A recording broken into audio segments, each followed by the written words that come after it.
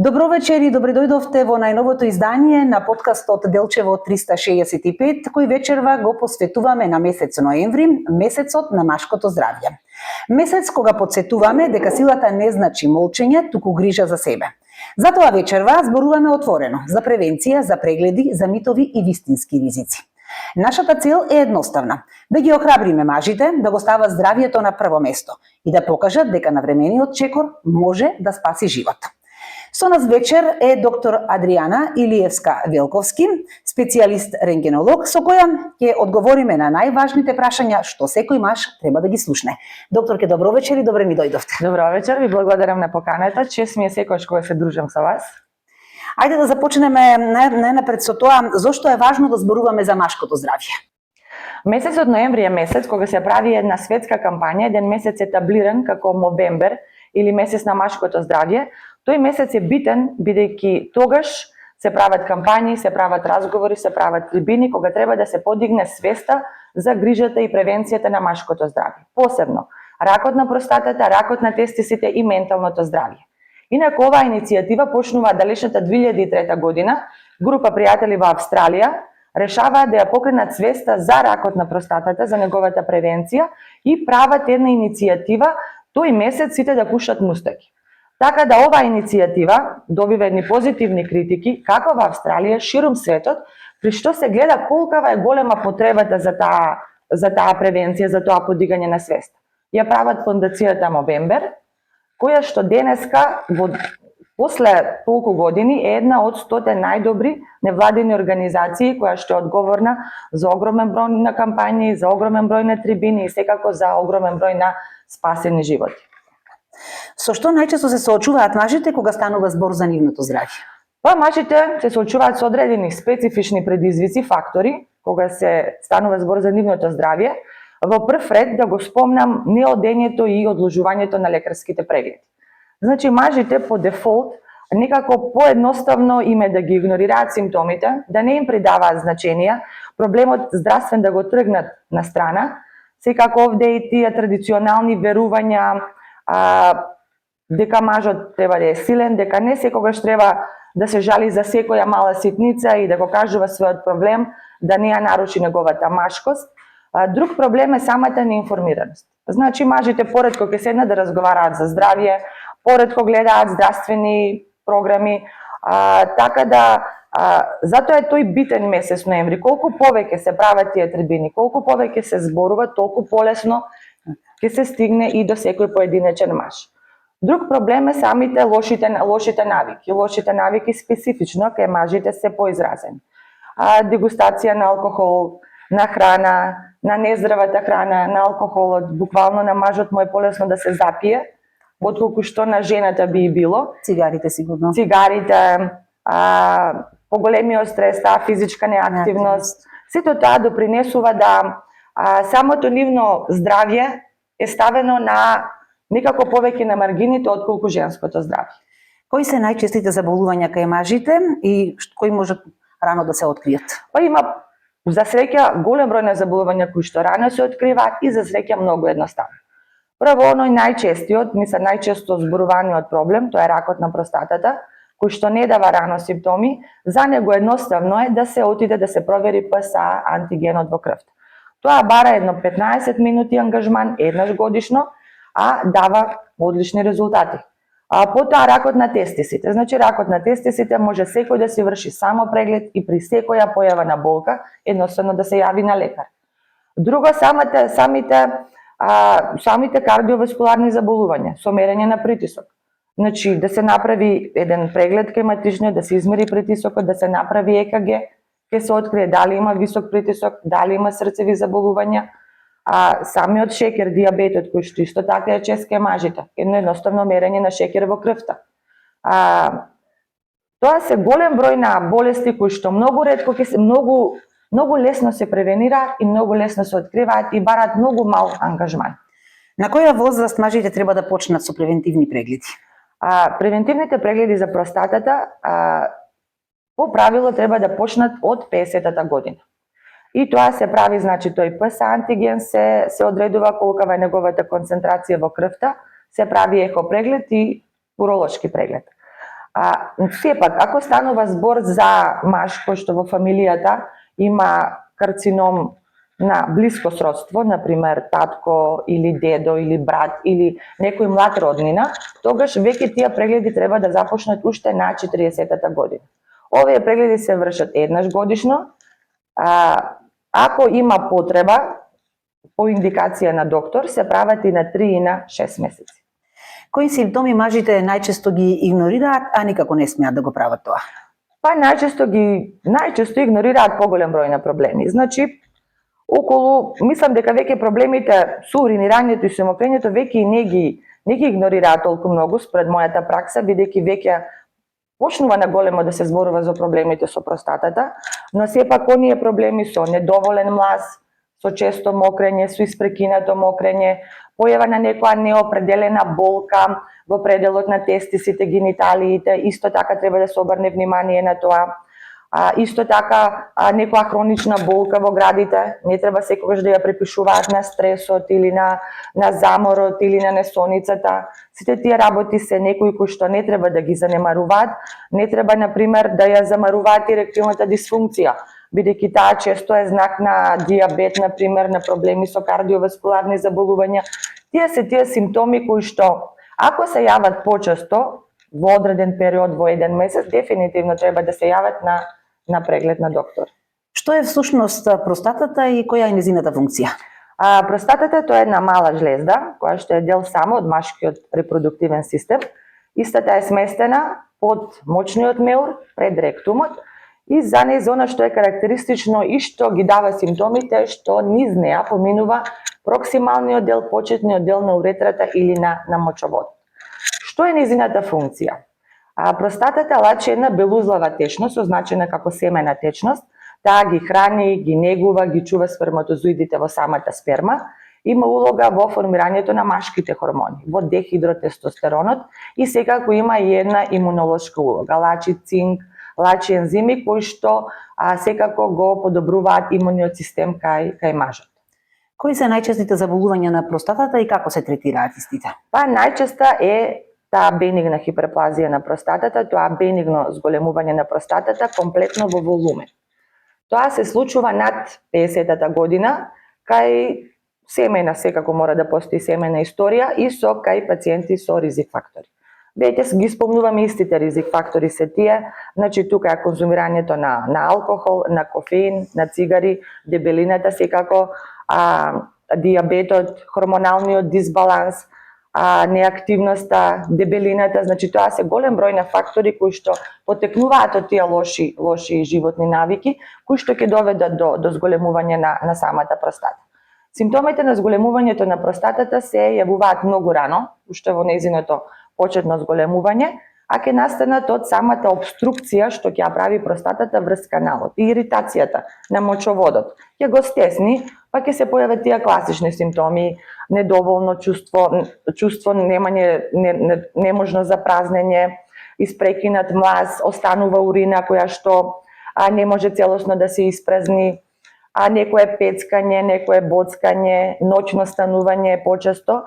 И истите тие симптоми секогаш кога ќе бидат препознаени од мажот, од пациентот, мора веднаш да се јават кај преглед, се јавуваат секогаш кај матичниот ќе ги прати да го направат тој ПСА тест и ќе ги прати на преглед на простатата, каде што ќе се види колкав е волуменот, колку се мери волуменот и се одредува колку ќе остане урина, односно колку е празнењето на мочниот меур. Откако тоа ќе се направи, урологот препишува терапија, уролошка терапија, конзервативна терапија. Во поретки случаи се прави и трансуретрална ресекција на простатата, кога таа е во огромни количини зголемена, па прави доста проблеми. Друго е воспалението на простатата, тоа е почесто околу 20-та до 40-та година. Кажавме дека простатата е жлезда, таа се воспалува како и секоја друга жлезда во организмот. И тоа најчесто од бактерии, и тоа најчесто е Шерихија коли, таа е Шерихија коли, која што проблематична е кај жените и е предизвикувач на тие уринарни инфекции, вклучително и на простатата. И тоа си е класично, значи воспаление со треска, со болка, со висока температура, болка при мокрење, дури и крв во мокрача или во сперма. се лекува. Антибиотски лекувањето е брзо, додека малку покомплициран е хроничниот простатитис, кој што дава некои некарактеристични симптоми. Дава некоја хронична тапа болка во карлицата, во колковите, ќе даде замор, ќе даде некои проблеми во сексуалноста, дисфункција на при ерекцијата, крв дури во спермата, па така да е во тој период потешко се препознава тој хроничен простатитис. И обично треба поголема упорност од пациентот или поголема упорност од матичниот доктор или од соодветниот доктор како што се појави да се открие тој хроничен простатитис. И обично тој хроничен простатитис се појавува почесто кај млади, значи самото носење на тесни фармерки, некои неугодни положби, некои сексуални девијации, сите тие водат кон тој хроничен простатитис кој што многу потешко се препознава. И последниот, тоа е карциномот на простатата, кој што е најчест над 50-та година кај таа популација. Ризик факторите се истите, и за бенигната, и за карциномот на простатата, но за него што е карактеристично? Кај него карциномот е фокално или локално зголемување на делот простатата. Па затоа тој не дава симптоми на почетокот, не дава дури првата една година, бидејќи тој нема да направи обструкција на мочоводот, нема да ги даде тие симптоми. Значи, пациентот нормално ќе се функционира, мокрењето ќе биде феноменално, нема да има никакви проблеми, нема да има никаков дискомфорт, а карциномот си тлее веќе. И веќе кога ќе се јават тие симптоми, веќе имаме оформен карцином и тогаш нормално дека лекувањето е и потешко. Самото лекување, кога ќе се открие локализирано, е оперативно, е подоцна, ако е метастатски, тогаш си има некој пообсежно лекување. Колку е важен ПСА тестот и кога се препорачува? Па ПСА тестот, веќе спомнавме, значи еден и од најважните тестови околу проблематиката на простатата, бидејќи тој не само да го открива ракот, туку укажува на проблеми на простатата од било која етиологија. Се мерат, всушност неговите вредности се тие што ќе ни укажат каков е проблемот. Затоа се препорачува еднаш годишно секој маж над 50 години да го направи тој ПСА тест. Тој ќе биде зголемен кај таа бенигна хиперплазија на простатата, ќе биде зголемен кај карциномот, но во некои високи вредности. Исто така ќе биде зголемен кај воспалението на простатата. Може да биде зголемен при дијабетот, при хормонални пореметувања. Значи има повеќе работи како што ПСА-то може да биде зголемено, но ако се открие дека е зголемен, секако дека менаџирањето на проблемот понатаму ќе започне и ќе се заврши добро на крај. Споменавте, меѓутоа еве уште еднаш да потенцираме, каква е врската помеѓу животниот стил, исхраната, стрес, физичка активност и машкото здравје? Значи има многу директна, многу силна врска. Верувајте дека ако се подобри животниот стил на мажот, значи околу 50% и проблемите ќе се намалат. Зошто? Самиот животен стил, како што е нездравата храна, како што е дебелината, како што е дијабетот, сите тие на машкиот репродуктивен систем имаат големо влијание и во поглед на намалување на нивото на тестостеронот во прв. Значи сето намалувањето нивото на тестостеронот нормално влијае на голем број на перформанси кои што мажите ги имаат. Посебно е многу изразен стресот и посебно анксиозноста. Од една страна е проблемот што мажот многу тешко го изразува стресот и анксиозноста, па секогаш наоѓа некои брзи решенија, или прекумерно конзумирање на алкохол, или фрлање во нездрава храна, или некои други лоши навики, одење во казина, или има милиони лоши навики кои што се гледаат некако на друг начин, а всушност можеби се начин на кој што одредената единка, односно мажот се справува со стравот и со анксиозноста. А тој страв и таа анксиозност во тој случај се покачува и кортико. Кортикото е хормон кој што влијае на кардиоваскуларните заболувања, висок притисок, срцеви заболувања. Така да тоа е еден, да не кажем зачарен круг и е многу едноставно да се почне со превенција на лошите навики, отколку да се почне да се лекува.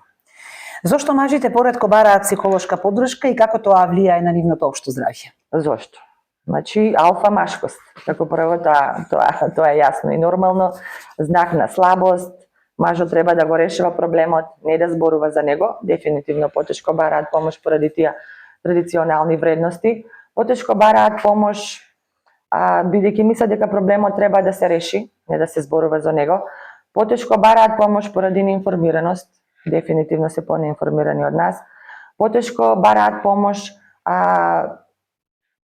покажувањето на слабост некако и не им оди во прилог. Треба да бидат оние кои што се глава на фамилијата, а всушност сето тоа оди да со тоа и ја нарушуваат. Кога не се грижиш за своето здравје, ти како глава на фамилијата ја разочаруваш фамилијата. За да бидеш глава на фамилијата треба да бидеш здрав.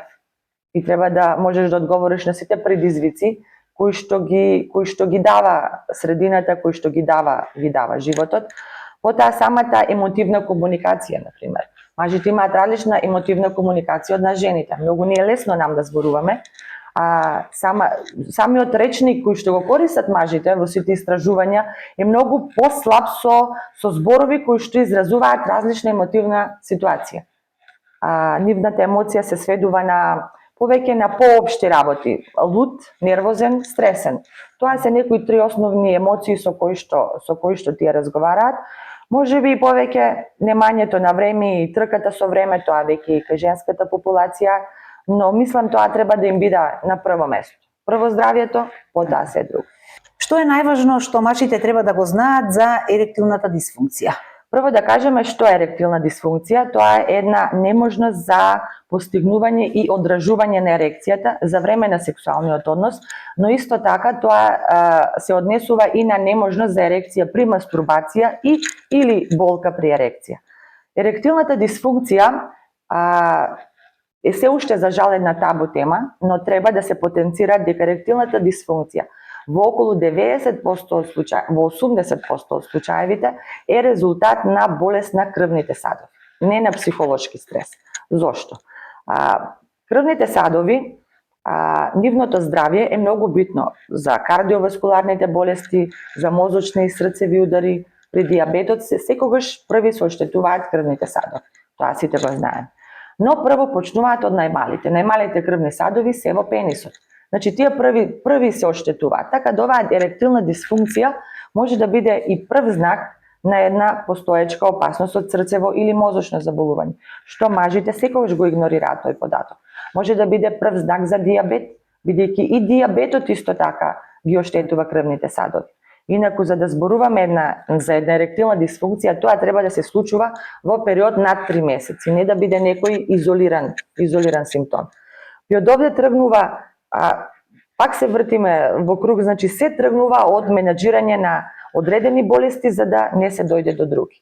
Значи 80% е проблемот со крвните садови, веќе околу 20%, значи тоа се веќе стресот исто така. Стресот, депресијата, хроничниот замор, несоницата, анксиозноста,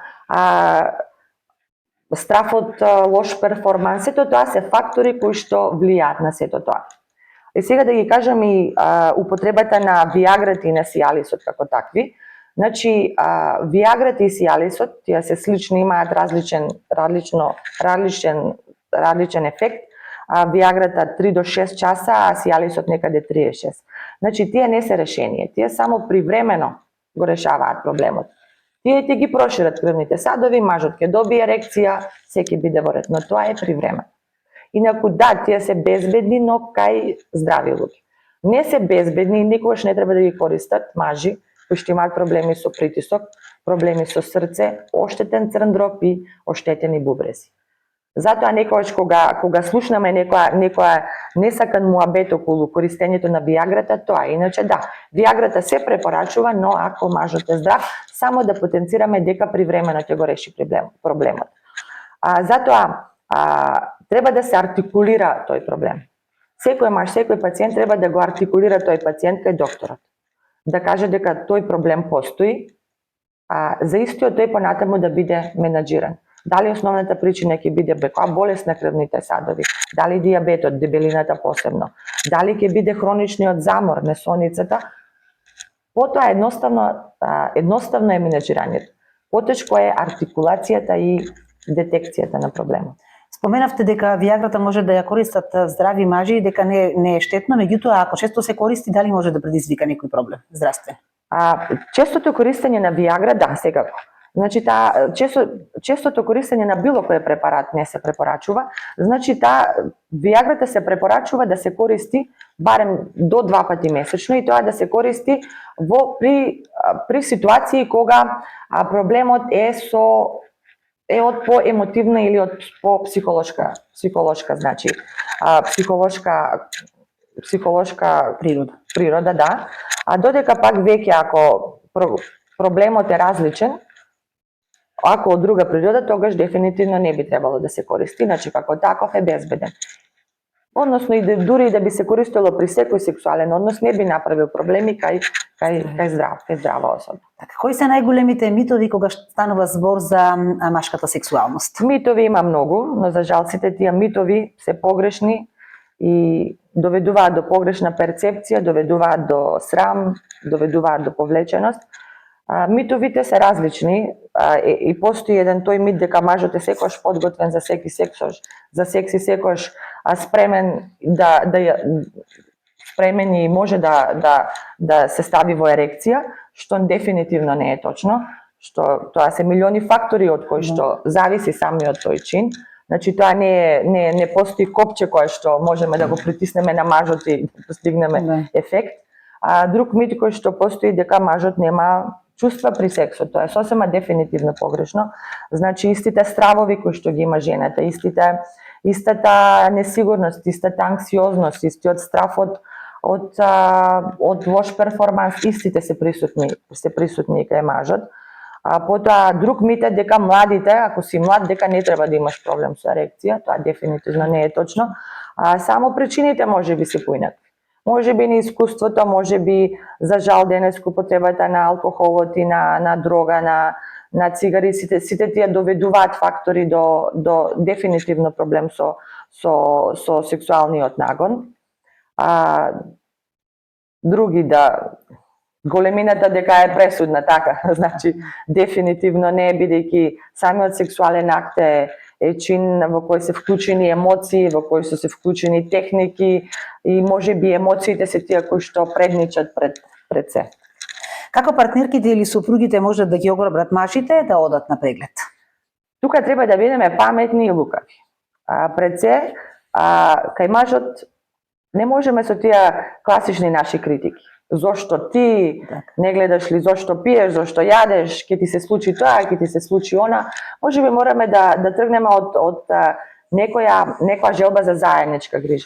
Дека здравето ни е битно нам, па ние да одиме да се прегледаме или ајде сега да ги направиме тие прегледи за покасно, да го направиме тоа или се да биде во склоп на некое заедништво. Значи најлесно е кога тие прегледи се вршат заеднички. Значи да се закажат заеднички прегледи. Бидејќи самиот комфор, самата сигурност е подобра кога заедно мажот и жената се појават.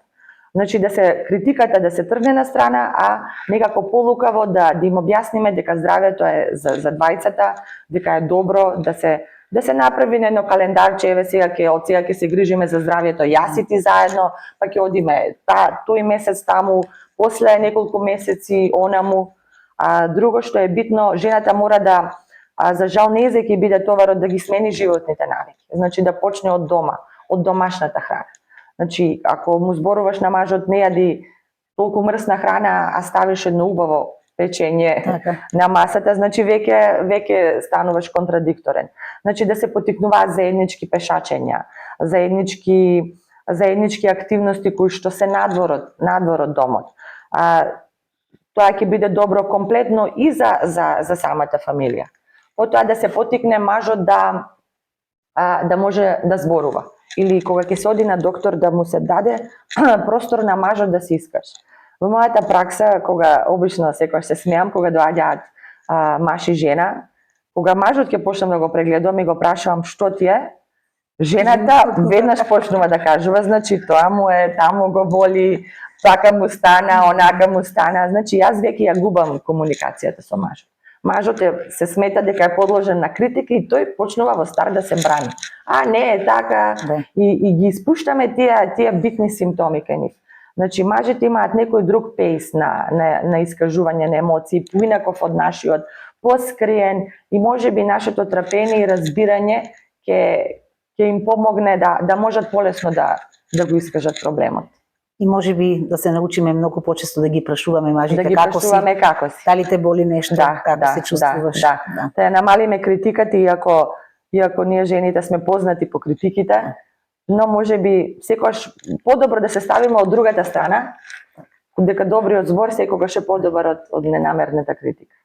За крај, што би им препорачале на сите мажи по повод месец ноември, месецот? Што им порачала? Дека нивното здравје е нивната суперсила. Значи, да се грижат редовно за своето тело, да се грижат за својот ум, редовните прегледи, здравиот живот, отворениот разговор, било со партнерка, било со пријател, е рецептот за долг и за квалитетен живот. Јас ви благодарам за овој разговор, навистина ми е многу мило што одвоивте време и навистина направивме еден убав муабет и се надевам дека има што да слушнат, што да научили да применат во секојдневието и мажите, па и жените. Така. Благодарам уште еднаш. Вам, почитувани гледачи, ви благодарам за вниманието и вечерва. Ве поздравуваме од хотел Либеро и се дружиме следната недела. Пријатно.